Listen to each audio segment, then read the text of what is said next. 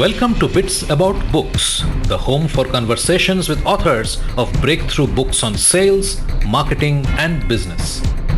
Founders, entrepreneurs, and individual professionals, we all need to keep track of ideas that are helping create our today and tomorrow. Bits About Books will strive to find those books and speak to their authors, go behind the scenes and understand what inspired the authors to write the books that they did and how they went about doing so. Through our conversations, we hope to gain insights that will help us to get the most out of our efforts. I'm your host Shubhanjan Sarkar, founder of PitchLink, the next generation buyer-seller engagement platform where our mission is to make buying easy. Welcome to Bits About Books. Thank you for your time and for joining us in this session. I have a favor to ask. While you continue to listen to the podcast, please leave a comment or rating at iTunes or wherever else you get your podcasts from.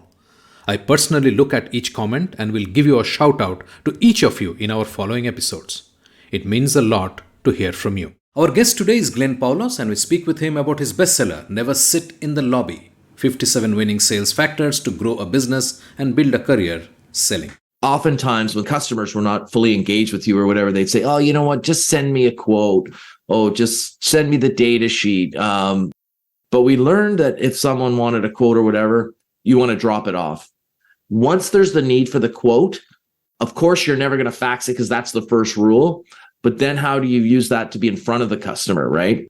I would say to the customer, oh, I'll drop the quote off. He'd say, just send me a quote. And I say, oh, okay, well, hey, you know what? I'm actually going to be in that area on Tuesday. I'm visiting another customer. I'll just drop the quote off. And he's like, oh, well, I'm really busy. And I'm like, that's no problem. I don't mind. I'll just drop it in the lobby. And he's like, well, okay, fine. If you want to drop it in the lobby, drop it in the lobby. So then next Tuesday I would show up and the lady would say, who are you here to see? And I'd say, oh, I'm here to see Jack. And he's like, well, is he expecting you? They always say that, right? I'm like, yeah, he asked me for a quote. And she calls Jack, and Jack forgets about a week ago we're saying just drop it off or whatever. And he's thinking, oh, Glenn's in the lobby with my quote, and there's a 90% probability he's going to come and get it. Glenn Poulos is the co-founder, vice president, and general manager of Gap Wireless Inc., a leading distributor for the mobile, broadband, wireless, and test and measurement equipment markets. With over 3 decades of experience in sales, he has spent thousands of hours in the field or on the phone with customers and working with salespeople to help create several very successful companies. After entering the sales field in 1985 as a technical sales rep, Glenn founded his first company, Wave Technologies Inc., in 1991 and simultaneously served as president of Anritsu Electronics Limited for 9 years. Using this extensive knowledge and experience in the industry, he lectures groups on sales strategy, consumerism, and what motivates people at the raw emotional level. Glenn lives near Toronto in Ontario, Canada, where he enjoys hiking, skiing, and playing pickleball. Now, on to this insightful discussion with Glenn Poulos. Glenn, welcome to Bits About Books. I'm delighted that you could make time and early in the morning and we are talking. I'm so happy to have you here. Hi there. Thanks for having me. It's great to be here. Glenn, tell a bit about what you are doing. You run a telecom company. You're one of the founders of that company. Tell us a bit about your work before we dive in. Yeah, I work for a company called Gap Wireless. I've been here for 16 years. The business, I'm the co-founder. I have a partner, but we sold the business in February of 2022. And we help the Canadian wireless carriers, the cell phone companies, essentially build out their networks by providing them with technical solutions, everything from antennas and all the things you see up on cell phone towers and stadiums, everything that makes the network work. And as we like to say, there's a lot of wires in wireless. And and so that's what I do. We did sell the business, and we both stayed on to help them grow the business some more for a few years. So now I'm part of a much bigger company, but I run their entire Canadian operation, which is about 70 people, and definitely lots of fun and keeps me very, very busy. Wonderful. Yeah. You wrote a book which is Never Sit in the Lobby. Right. That's a very interesting and I think very appealing title for sales folks who keep waiting. keep Yeah. waiting in the lobby.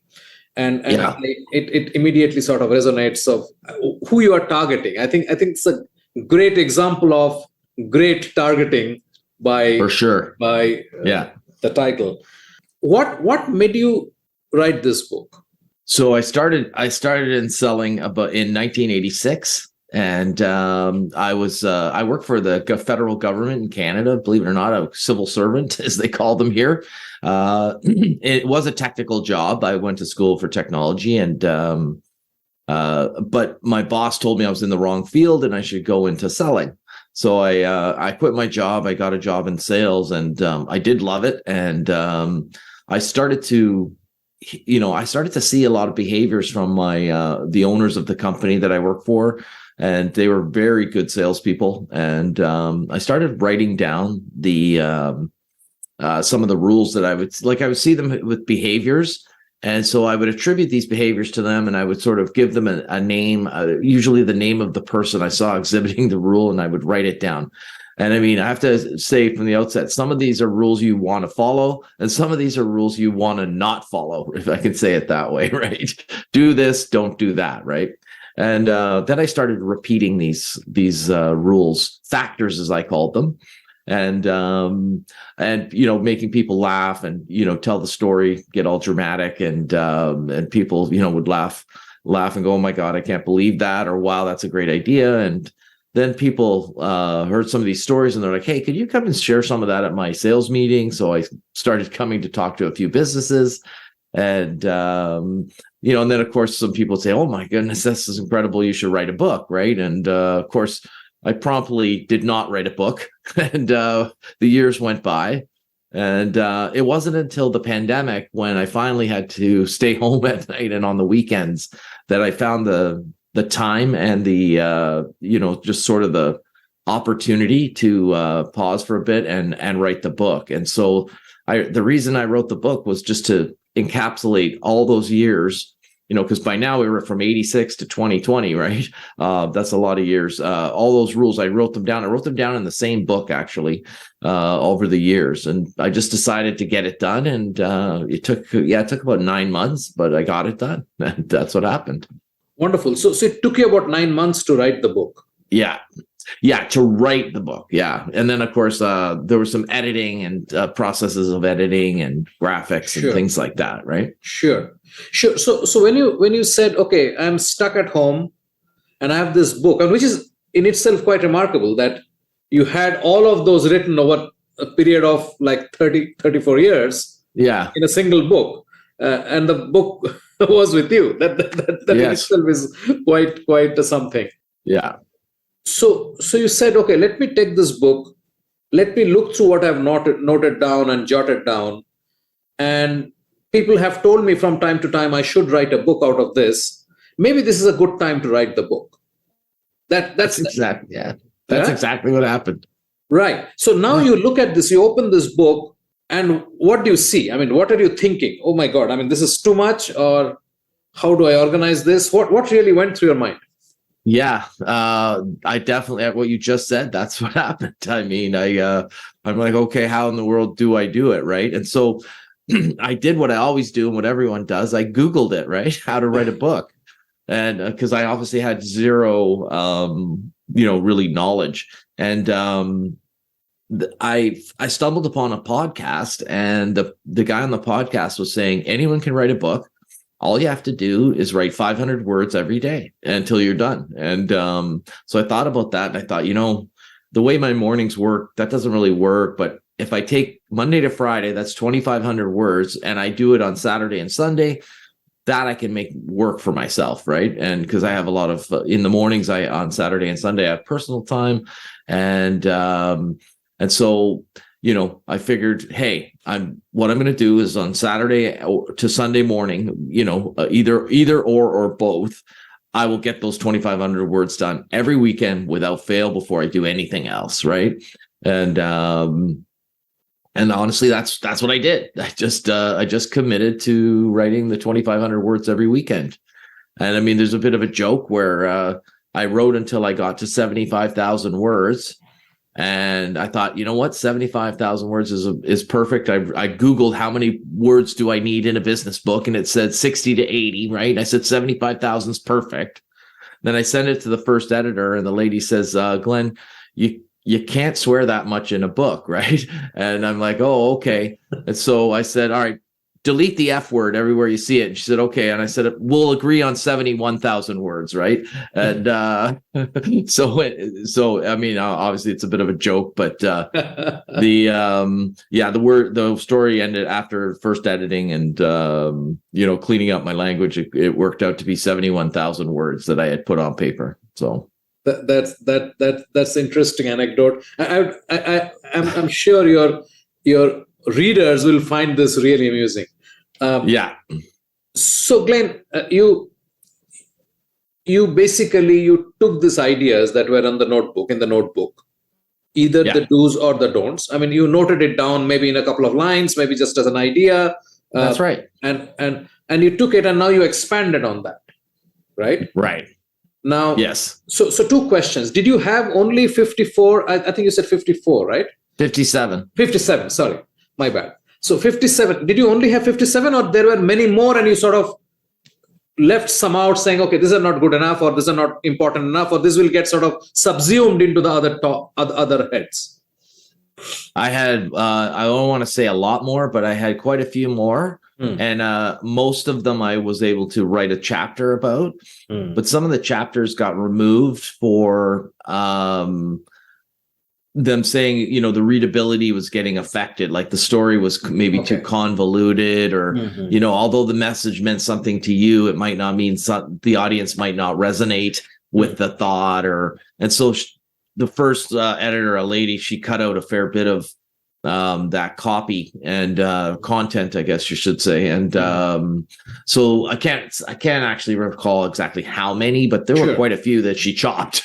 And some of the stories she forced me to rewrite from different angles, like to change to maybe, although some of them do talk about people, I changed their name, of course, but she had to depersonalize some of the stories as well for readability and stuff. So yeah, there's more of them. And of course there's, when you start selling in the 80s and all the way to today, right? Like, the old boys network and all that, some of the stories can be fairly colorful, or as they say, now not safe for work. Right. And so some of the language, some of the stories, she trimmed out for modern, the modern audience. And so, and is there enough for a second book? Well, after everything I've learned in the last few years of selling my business or whatever, I definitely have enough for probably another 2 or 3 books, to be honest. And, wonderful. Yeah. So did you sort of expand on these ideas? Like you said, you wrote them into a chapter. Did you do that based on where it originally happened and how you wrote that down, or was it something you researched, or you sort of connected your experiences to that? Yeah, so it was kind of an either or. So a lot of the way I recorded them in the book, in the first notebook, was the name of the person, so I could always refer back to who it was, and then essentially what I call the punchline, right? Which was what did I take away? I didn't write any detail. Right. It was just this and that, whatever, don't do this, something like that, right? And enough that I knew that whenever it was, I would be able to remember the incident and reflect on the story. And so most of them were, going to 2020, looking back, would be to me to retell the story in a way that I felt people would be sort of drawn into the sales call or the presentation or something, and actually feel like they were in the room with me and experiencing what I experienced, so they could learn the same lesson that I learned, right? And then in a few cases, I had to actually go and become a subject matter expert on things, so I wasn't talking nonsense or BSing the crowd, with what I thought was the right thing. So I had to actually learn about some of the topics I wanted to share. Most of it is stories from the past, and good, bad, or indifferent. And a lot of them are lessons you do not want to repeat. I will say that. But the lesson is very clear when you read it, right? Right.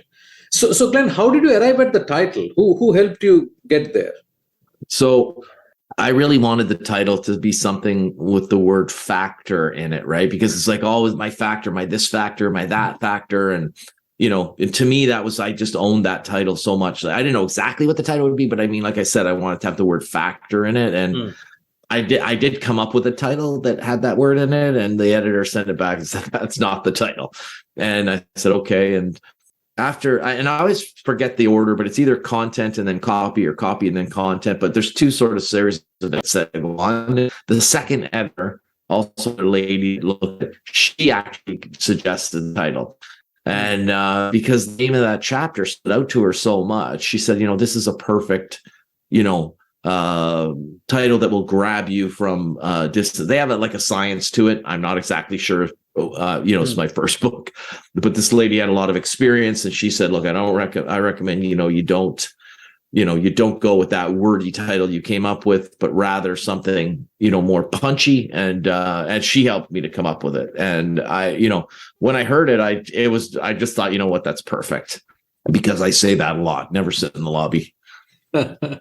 Yeah, good one. So let's get into the book. Sure. You start with a chapter on never fax the facts or ship the ship. Yeah. Right? Yeah, exactly. Yeah. So before you tell me what that is about, I want to know, how did you decide to sort of structure the book in terms of what goes first, what goes next, and so on? So was it something you had clear in your mind that this is how it should flow? Well, for transparency, I had a long series of chapters and stories, right? Yeah. And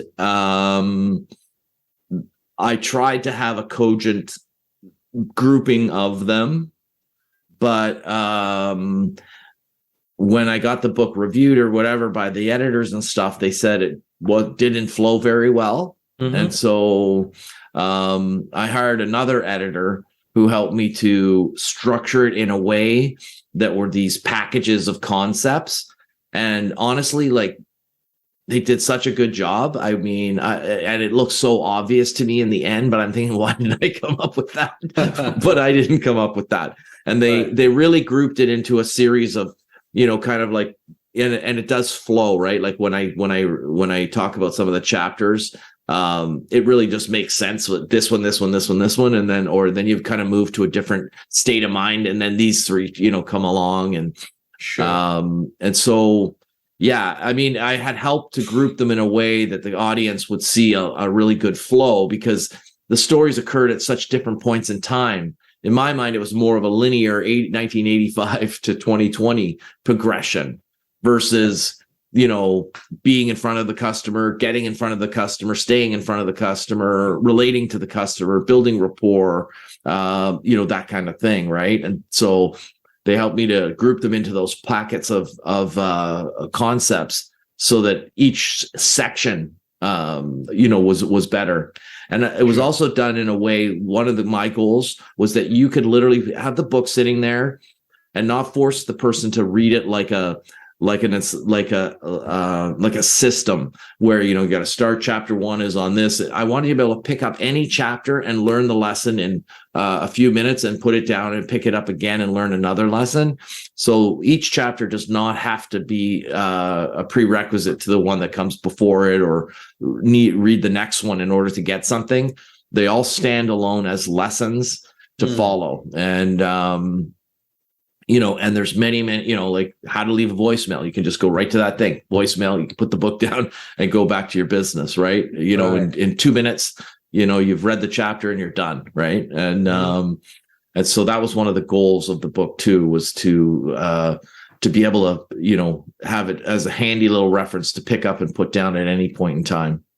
Right, makes sense. So let's get back to never fax the facts. What triggered that chapter? Yeah. So I made up that saying a long time ago. of course, a lot of people, the first people to review the book, they're like, you need to modernize that, right? Nobody uses a fax machine anymore. And I'm like, yeah, I run a technology company. I'm pretty sure I know nobody uses a fax machine. But I said the story and the lesson comes from a time when the fax machine came out. And, and even if you read the chapter, you'll see at the end how I modernized the concept, right? And so what I had learned was never fax the fax, never ship the shit. So we were selling high-tech equipment. My whole life, that's what I sold, like things that are technology-based. A lot of it were instrument-based, where you plug it in the wall, displays, buttons, knobs, things that helped engineers do their job. I learned that oftentimes when customers were not fully engaged with you or whatever, they'd say, oh, you know what, just send me a quote. Oh, just send me the data sheet. Oh, yeah, we'd like to see, or we'd be talking about a demo, and they'll say, yeah, you know what, just ship me the demo for next week and I'll have a look at it when we're doing the evaluation. That's shipping the product, right? Shipping the shit, right? Or back in the 80s, of course, when the quotes, when I first started in sales, there wasn't a fax machine, actually. We had to literally type it on three-part paper and rip it apart and send the one part to the customer and file 2 parts in our end. And we would mail the quote, and it would take like a week, right? But we learned that if someone wanted a quote or whatever, you want to drop it off. And in the book, there's other little chapters that are attached, like I was saying earlier about combining them, where it's like, once there's the need for the quote, of course, you're never going to fax it because that's the first rule.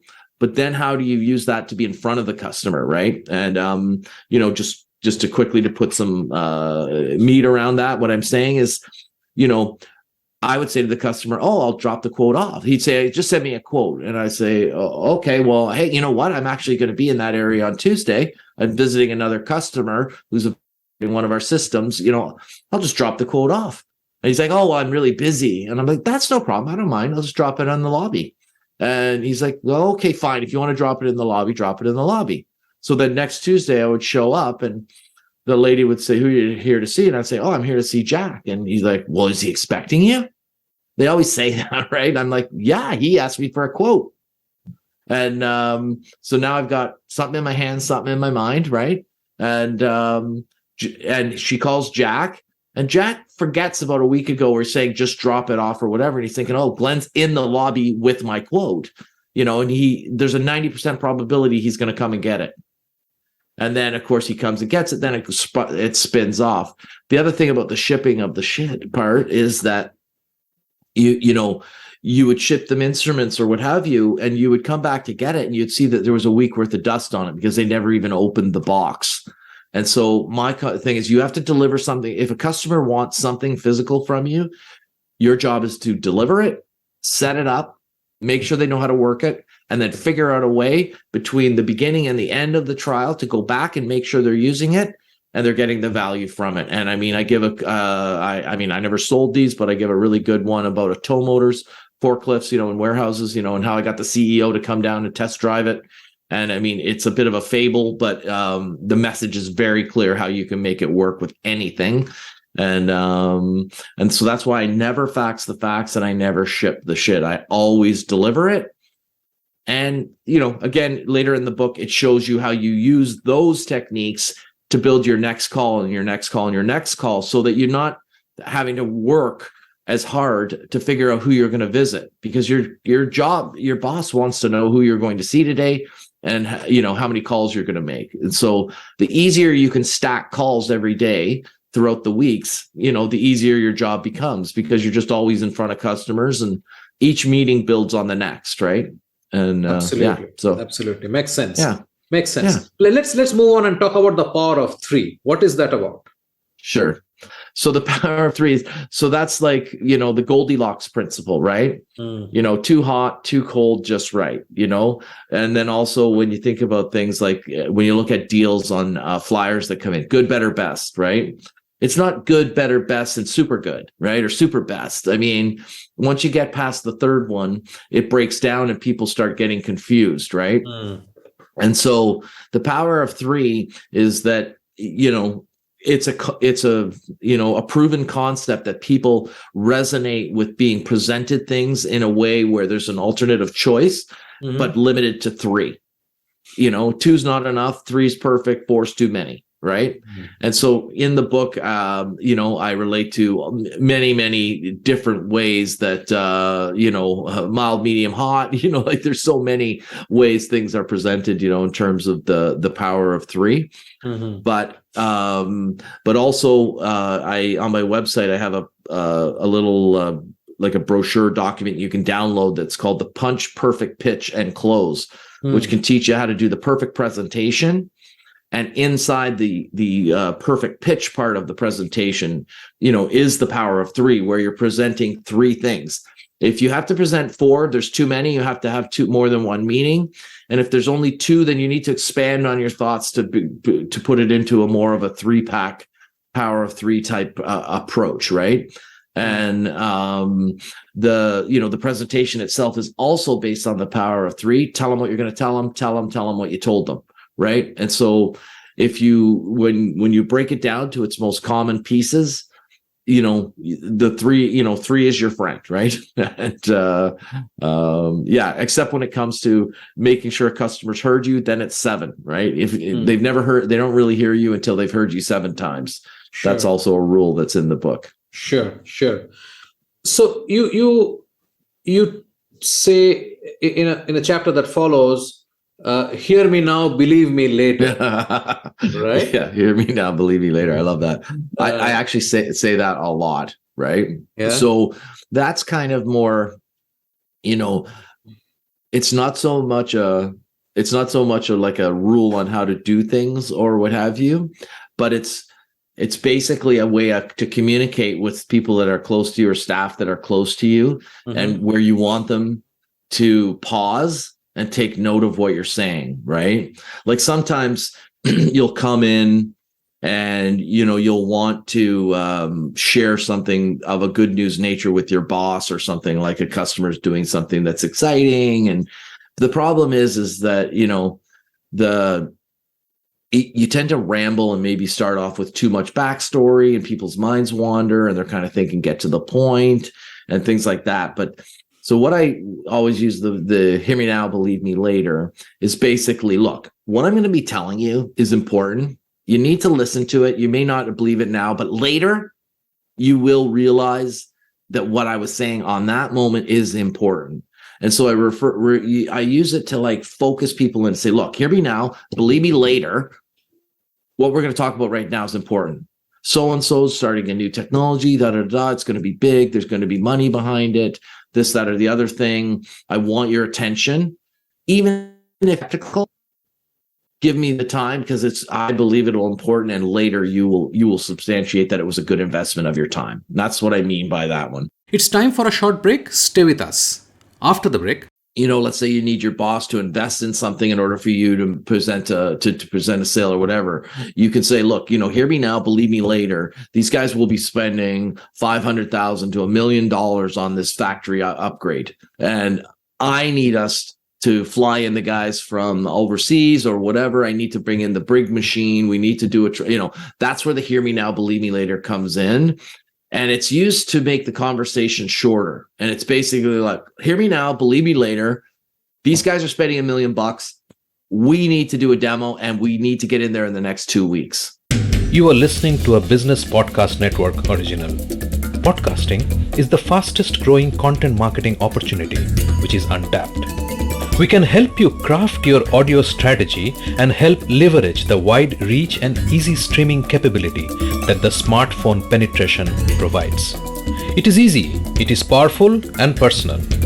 Talk to us to find out how podcasting can help you build your brand and reach out to your targets like never before. Write to us at bpn@bizcast.in.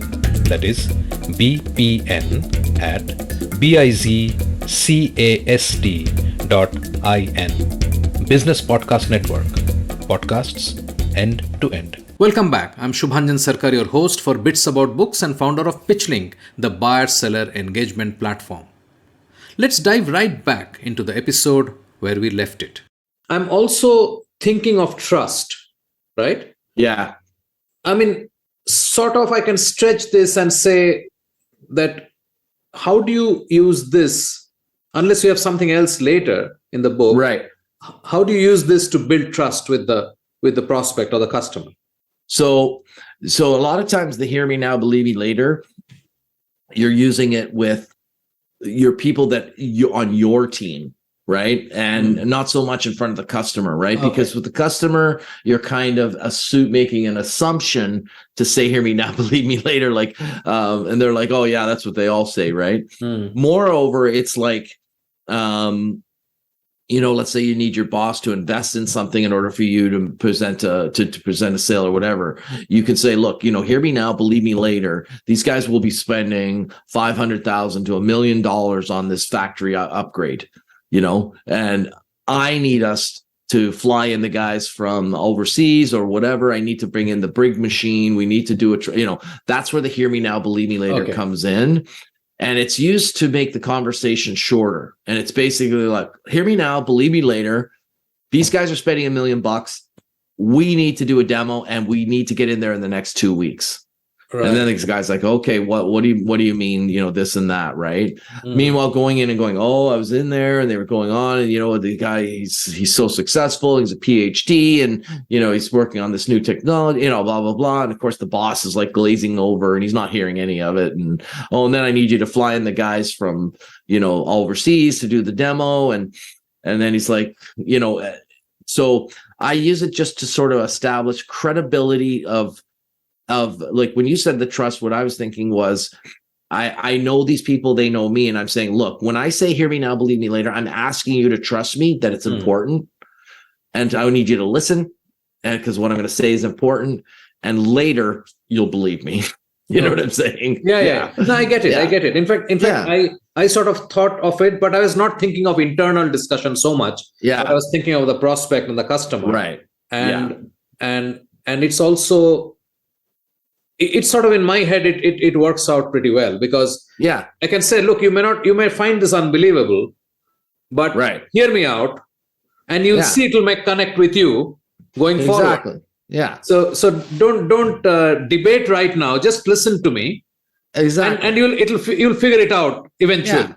Right. Yeah. And I mean, you can use it with a customer, but I mean, oftentimes, and I think the examples I probably give are probably more related to internal teams, No, I get that, because I think just like the buyer has a buying committee, especially if you're selling things like what you're selling. I mean, these are expensive machines and things which are not easy decisions. Obviously, it comes with multiple people being part of it. It's not that it's not like a $50 SaaS. Exactly. Swiping your card and buying it, and if you don't like it, stop paying for it and so on. Like this is $100,000 or $200,000 or $500,000. Exactly. Yeah. So these things.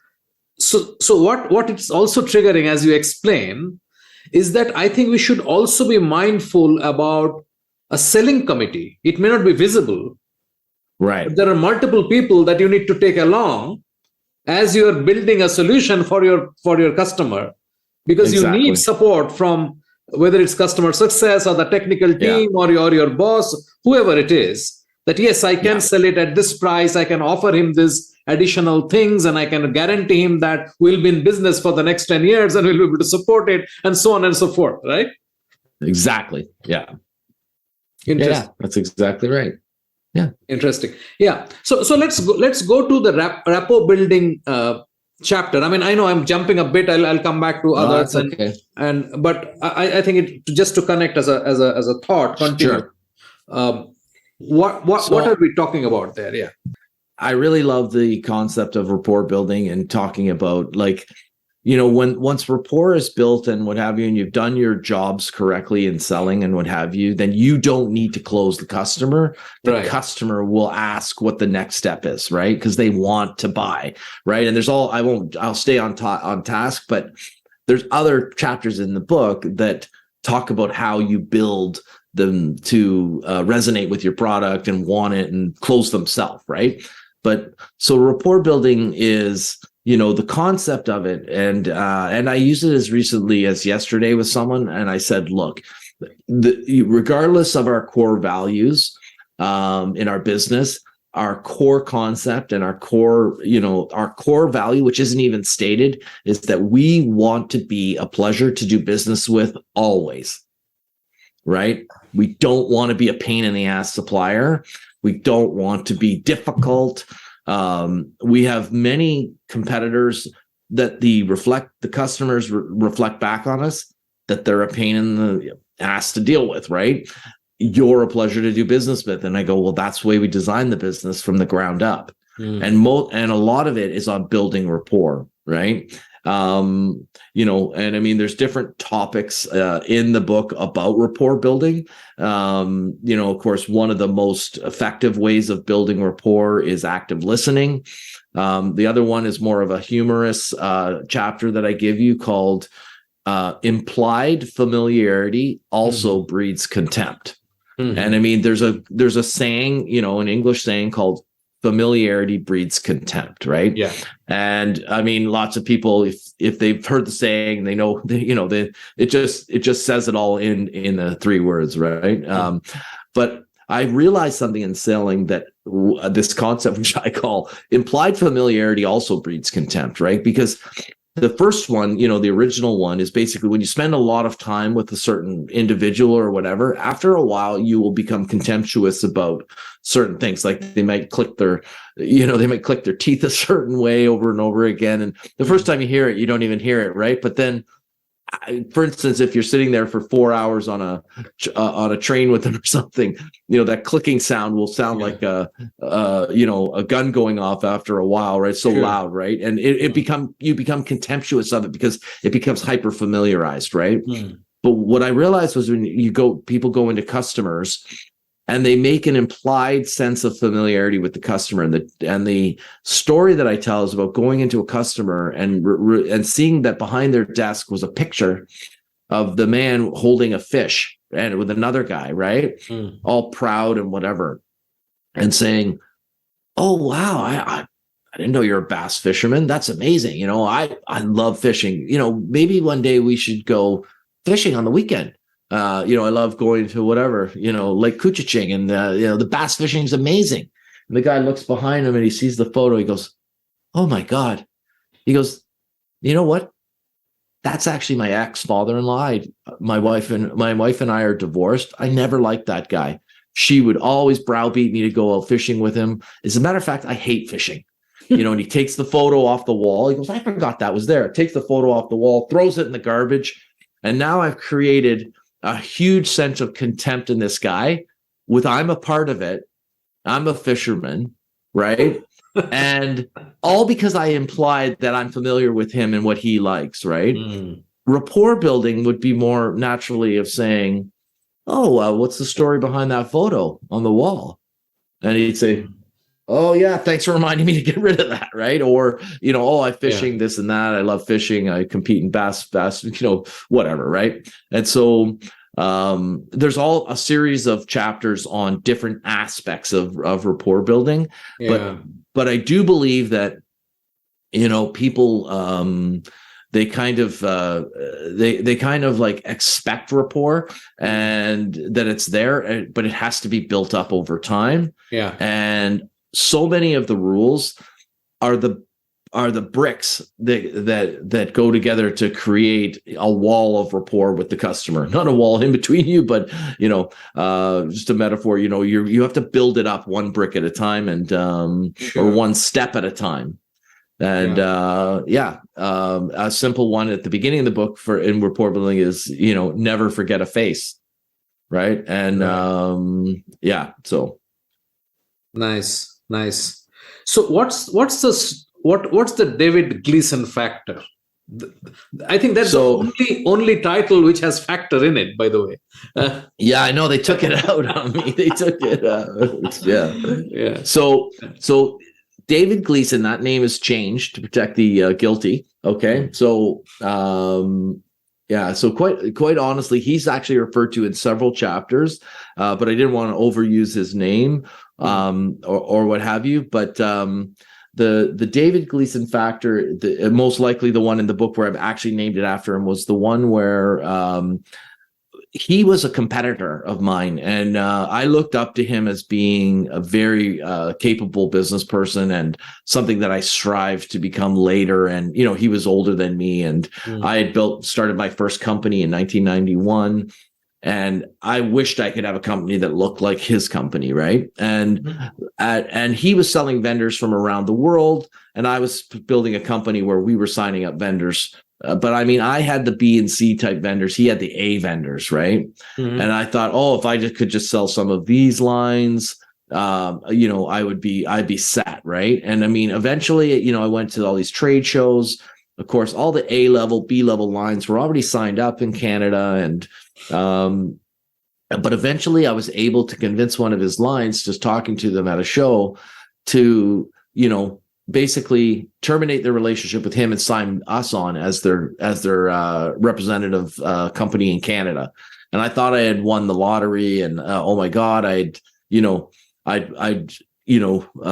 freed up a line from him. And they said, we're no longer happy with that company. We would, we're looking for a new partner.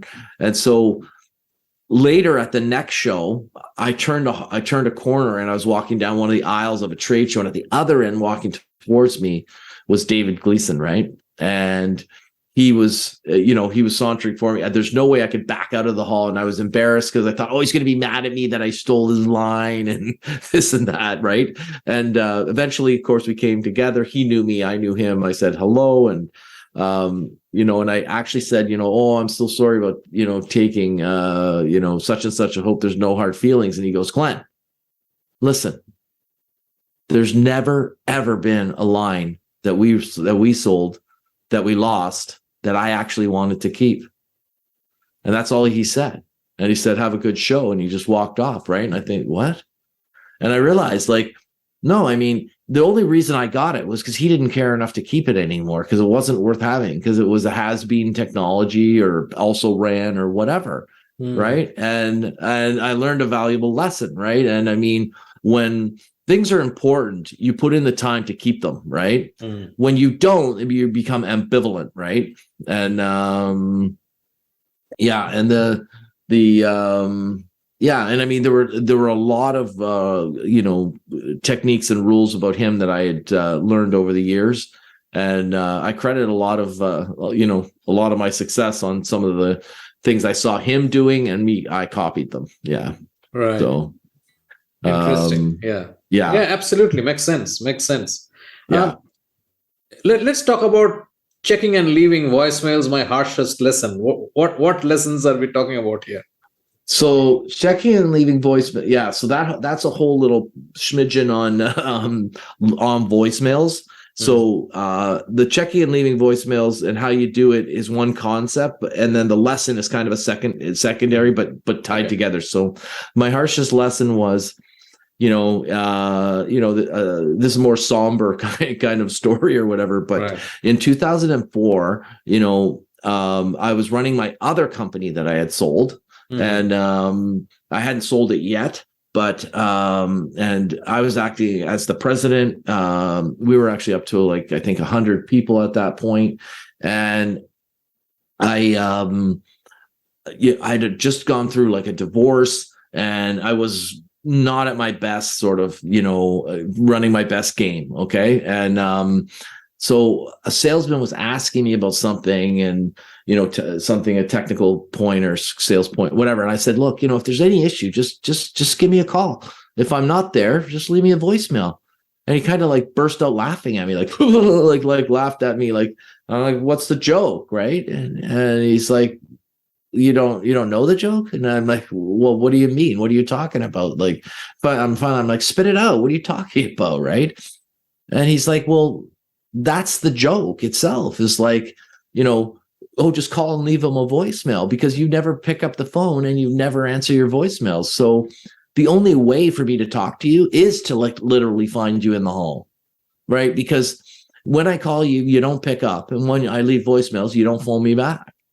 And, so I'm sorry to be the guy to tell you this, Glenn, but, that's kind of a standing joke with you, is leave a voicemail. Like, and that tells the whole story with Glenn, like, yeah, as if he'll ever pick up his call. And I thought, oh my God, that's a horrible look. Right. And I said to myself, and especially coming into my new business in 2007, that I will always endeavor to pick up the phone or phone them back, right? And if it's like a salesperson not related to me or whatever, I'll forward them to the, hey, we're selling new freight services. I'll sell it to the logistics guy. If it's, exchange rate people, whatever, I'll give it to the finance lady. If it's related to me, I will make an endeavor. I'm not going to phone every single salesperson that cold calls me back, for instance, but when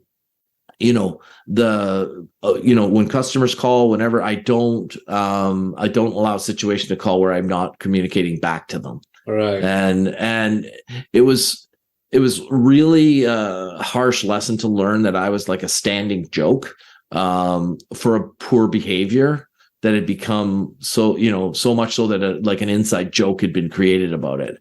And that's why I called it my harshest lesson. And I vowed not to behave that way going forward. And it stuck with me, to this day, to be honest. Yeah. So that's a nice story. Yeah. Let's move on to this chapter and wrap up this discussion today with I need to add value, right? So yeah. So HINAV, HINAV, HINAV, right? And so again, this is a don't follow principle. And this is one of those ones, don't do this, right? And so this is a concept that I see in junior salespeople, and even senior salespeople, or any kind of business person or whatever. And I call it high NAV, or high need to add value. And so what happens is it's hard to, at this exact moment, I don't have an exact story to tell, to give you an example, but basically you're sitting in a group with 6 or 8 people. There's a discussion, and the topic comes up about, anything relevant, right? The boss says something about, we're hearing about ChatGPT all over the internet right now. And this kid over in the corner goes, oh yeah, ChatGPT, and he just, I'm doing this and I can do that and this and that and the other.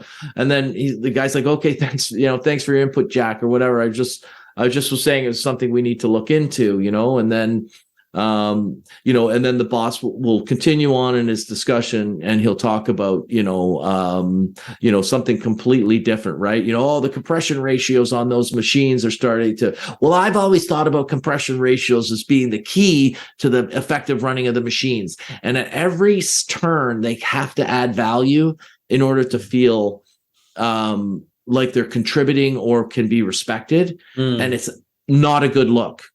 It's not a good look. The loudest or most verbose person in the room is rarely the smartest person in the room, right? And so don't confuse loudness or volume or or amount of content with intellectual capacity or anything like that. Often the smartest person in the room is the quietest person in the room, right? And if you don't, if what you're saying is not needed, then don't say anything unless you're asked, especially because eventually it starts coming across and people will resent you for just being, constantly blathering on and doing a high nav. And so I learned it from a perspective that I saw myself doing it years ago. And I thought, you know what? It's not a good look. And, I prefer them to pull things out of me. Like, Glenn, what do you think about, this concept or that concept? Or if, like today on the internet, what do you think about ChatGPT? I'm not just going to blurt it out, but if you ask me, I'll share what I know about it. Right. Yeah. Right. Anything else in the book which you think you'd like to talk about specifically, Glenn? So if it doesn't come up, then I always like to try to remind people of the most important chapter in the book. If someone didn't ask me about that chapter during the discussion or whatever, and that is, you only get forever to make another impression. And everyone's like, wait a minute, that's not how that goes. That's not the saying, right? It's like, my mom taught me always to make a good first impression or something like that, right? I go, yeah, that's what my mother taught me as well. I said, but what you have to understand in business is that you're always making a next impression. It doesn't matter what you're doing. Whether you're having your lunch in the company cafeteria and you do or don't clean up after yourself, you're making an impression, right?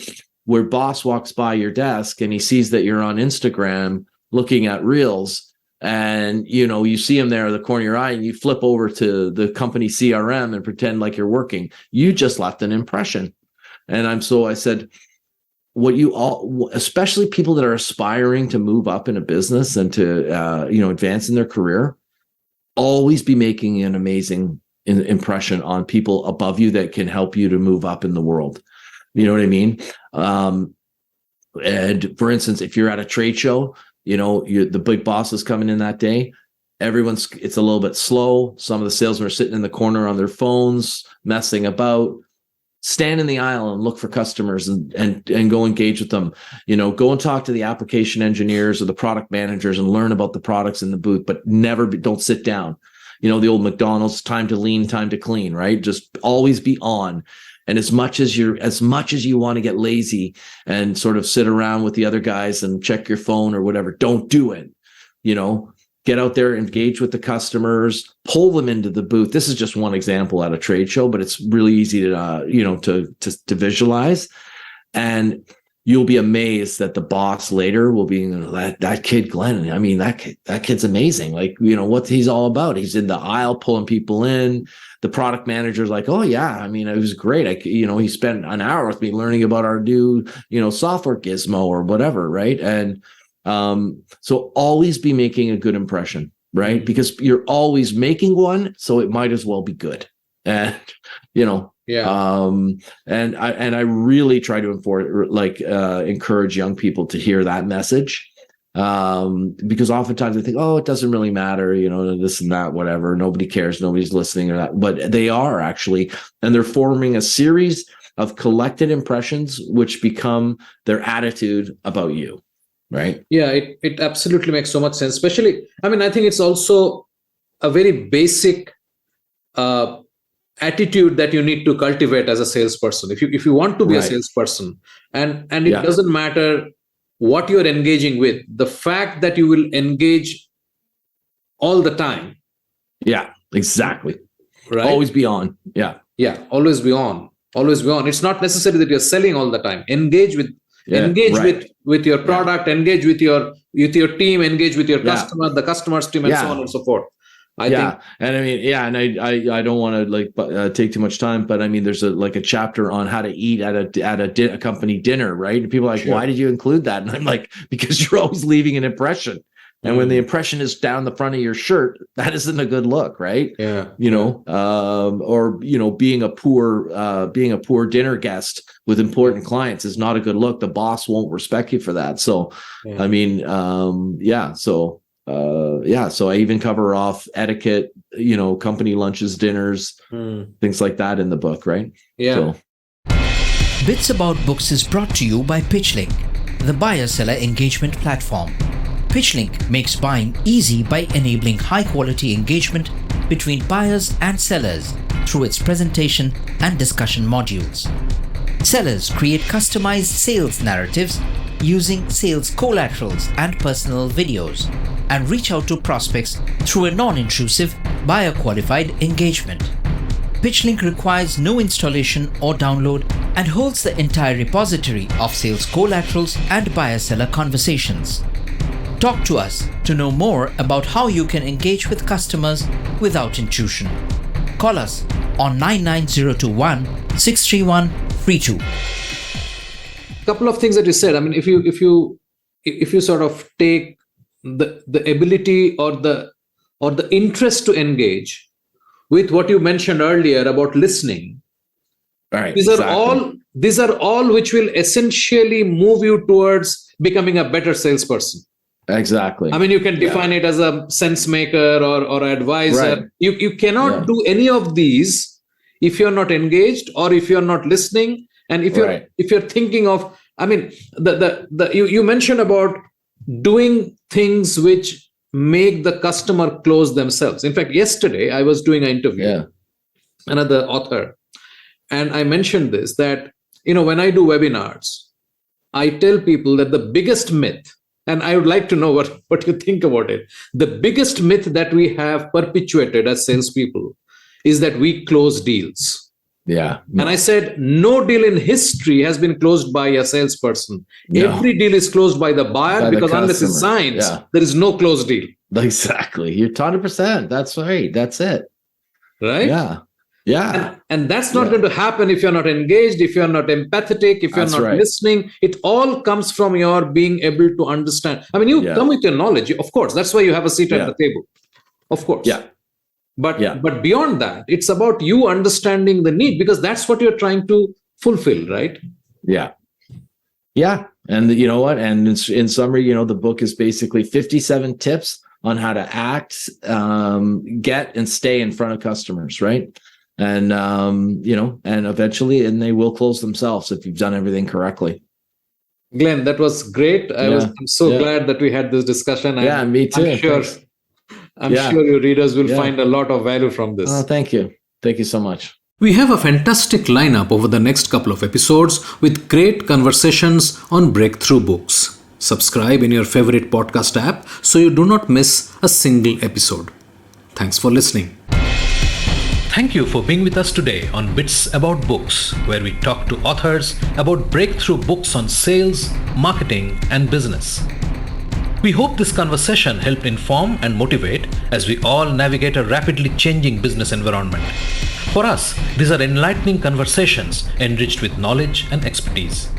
We encourage you to go out and buy the book to learn firsthand and implement some of the great ideas we discussed today.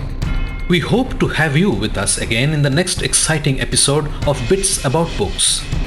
If you liked what you heard, subscribe to the show in your favorite podcast platforms like iTunes, Google Play, Spotify, or wherever else you get your podcasts from, and give us a rating while you are at it. This Bizcast original podcast is produced for PitchLink, the next generation buyer-seller engagement platform, where the mission is to make buying easy. Hosted by Subhanjan Sarkar and produced by Rajiv Aditya. See you next time and have a wonderful day.